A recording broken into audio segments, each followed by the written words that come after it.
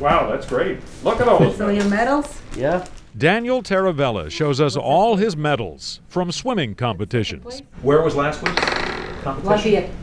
It's the State Special Olympics Okay. in aquatics. Yeah, in the very cold water. And in very deep pool. Yes? Yeah. In many ways, the 19-year-old Daniel and his 13-year-old brother Alexander share the same interests as other kids. Number 9. Should we sign it? Wow. Where did you get that? From training camp. Yeah, they were big and perfect. Yeah. Julia Taravella and her husband Jody thought they had a healthy baby when they brought Daniel home from the hospital. Soon, there were little issues. He was sick more than normal kids. As with many children, doctors treated him for hearing problems. And we put him in speech therapy, and 1 month passed, 6 months passed, a year passed, and he's not talking. He's not talking like other kids. And he's 2.5. He was, by that time, he was close to 4. The issues were repeated when Alexander came along 5 years later. But we just kept hoping that it will turn the corner. And our teachers would tell us that. We would bring them teachers, and they would say initially, within 6 months, I'll have your child speaking and reading. 6 months would pass, and then it would be kind of disheartened that they couldn't do it. Summer school and tutors helped, but never enough. Daniel was diagnosed with autism, Alexander with ADHD. We had to believe what the doctors and everybody was telling us. We're not in the medical field ourselves. Still, it didn't seem quite right. Finally, 3 years ago, for Christmas, I gave presents for me and Jody, their gene sequencing test. Right. 6 months later, they got a test for the kids and got back a report 300 pages long. The secret was in there. I couldn't find anybody who would help me with that. Not a doctor, but a chemical engineer by trade, Julia took the only course of action she saw left to her. I decided to write the code, the mathematical code, to analyze that. There, in front of her, was the answer. I really wanted not to believe my results. I really was hoping that I made a mistake. She basically diagnosed her kids. The doctors didn't diagnose her kids. Daniel and Alexander suffer Aspartylglucosaminuria, AGU, a diagnosis doctors eventually confirmed. That the kids will be born, start to develop normally, but then kind of slow down in their development. AGU patients often plateau in their late teenage years or early 20s before declining. And then regress to maybe, the mental state of a toddler. So all of a sudden you hear that your child has a disease you never even heard of before, and it's very bad. It's about as bad as it could be, so your whole life has changed from that. They learned that virtually no one in the U.S., no researcher, was looking at AGU until they brought the case to Dr. Steve Gray at the University of North Carolina at Chapel Hill. To us, it was like science fiction. Right. Something from the movies that you look at. It sounds like a movie when you think about it.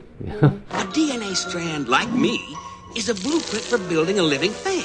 The movie was called Jurassic Park, in which producers gave theater-goers a refresher course in high school biology. It'd take 2 years to look at the entire DNA strand. It's that long. The DNA code is 3 billion letters long. All it would take is one of those letters to be messed up in the right or in the wrong place. In Daniel and Alexander and others with AGU, one gene is out of whack out of the 20,000 in the human body. Unlike most of us, AGU patients are not able to metabolize food. And so that ends up leading to accumulation of sort of this storage material in cells that becomes toxic. The key here, doctors know which gene. As devastating as the news was, life-changing and scary, it opens a window. There's a treatment option, maybe. Right, and I tell you, in a ways the diagnosis helped us because then we could focus our effort. Before we just didn't know we were going here and we were going there, but now that the effort is focused, there is hope. That hope springs from gene therapy. Represents a promising tool to cure some of those diseases that conventional drug therapies cannot. This YouTube video demonstrates the idea. Dr. Gray is trying to engineer just the shell of a virus to use it as a delivery truck. So we use the shell, the outer shell of the virus, and we package that gene in it. That treatment could be a one-time injection. So once you've done that one time, you've fixed things, and it's permanent. They begin with laboratory tests on mice, which total $500,000. Then primate research. $50,000 per primate. Add in travel costs and other expenses for a total of $3.5 million, all of which the Taravellas must raise. Throughout my life, I've always managed to do things, and if I needed something, or I just work harder.